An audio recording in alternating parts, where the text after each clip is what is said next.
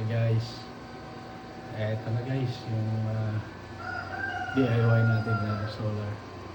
Yan. 3 kilowatts. So yan, kakatapos lang natin guys. Yan, na-testing na rin.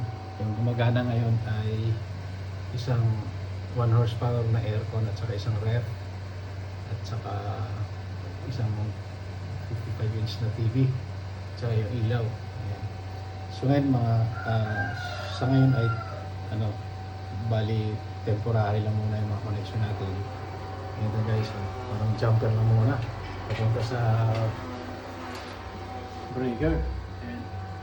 So, bali yung load nito ay isang yung ref dito at saka yung ilaw muna, temporary lang.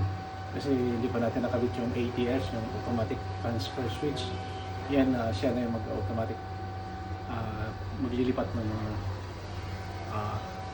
from solar or sa grid. Tapos ito yung sa aircon ko. Pakita ko sa inyo guys yung load na umaandar. Guys. So ito yung ref. Umaandar yun guys. Tapos yung isang TV. Ayan guys. So electric fan. So yung aircon.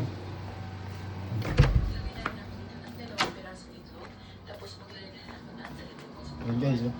Yan, umaandar na yun. Temporary lang yung connection natin. Okay guys. So ayan. Balik tayo guys. Ayan. So bali yung nakakonsume niya wattage is 841. Ayan. So ang capacity naman talaga yung natin ay yung 3 kilowatts is 3,000 watts. So halos wala, hindi nagkalahati yung load natin. Ayan. Malamang pwede pang baka kaya pa isang aircon. Pero yung advisable lang yung advisable lang ay 1 horsepower. Ayan. So okay guys, yan na guys yung aking DIY. Ayan, so hindi ko pa na-compute kung magkano lahat yung nagasto ko.